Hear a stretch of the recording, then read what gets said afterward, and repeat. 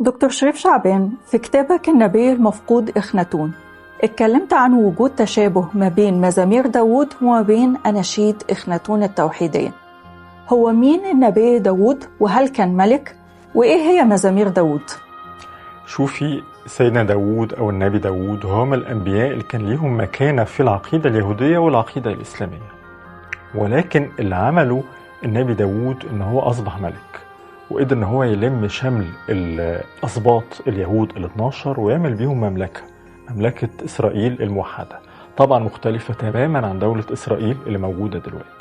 عشان كده اليهود أو بني إسرائيل بيجلوا سيدنا داود لمكانة كبيرة جدا، وإن هو نجح إن هو يوحدهم ويعمل منهم دولة بعد ما كانوا مجموعة من القبائل أو مجموعة من الأسباط المتفرقة اللي ملهمش علاقة قوية ببعض. من هنا جات الفكرة لوجود كيان سياسي، وجود كيان اقتصادي متكامل أسسه شاول أو طالوت في اللفظ القرآني، ومن بعده أصبح بقوة كبيرة جدا على إيد الملك أو النبي داود عليه السلام. سيدنا داود باعتباره نبي من أنبياء الله الكرام ينسب ليه مجموعة من المزامير سمت بمزامير داود. المزامير عددها 150 مزمور، هو كتب بإيديه حوالي 75 مزمور. إيه مضمون المزامير دي كلها؟ هي بتربط ما بين علاقة الإنسان بالله سبحانه وتعالى، تمجيد في الخالق وقدراته وتسبيح لقدرته في الخلق، وعملية تمجيد لقدرة الخالق سبحانه وتعالى.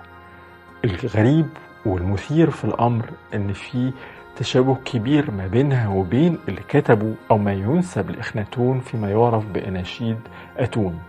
احنا عارفين العقيدة الأتونية اللي اخترعها إخناتون هي علاقة أو عقيدة مرتبطة بمعبود هو انتقاه واعتبرها عقيدة توحيدية، ولكن المثير إن إخناتون كان سابق النبي داود بحوالي 300 سنة، ورغم كده هنلاقي رابط ما بين إخناتون وبين المزامير بتاعت داود.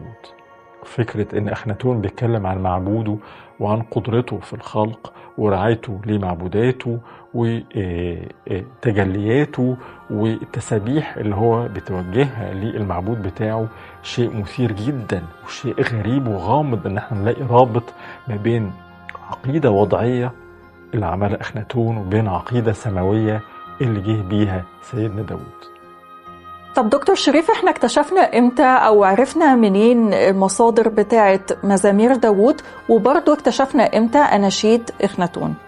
عندنا نص جميل جدا ومتكامل لأناشيد أتون أو الأناشيد الأتونية، اكتشفت في مقبرة كبير الكهنة آي في القرن 19.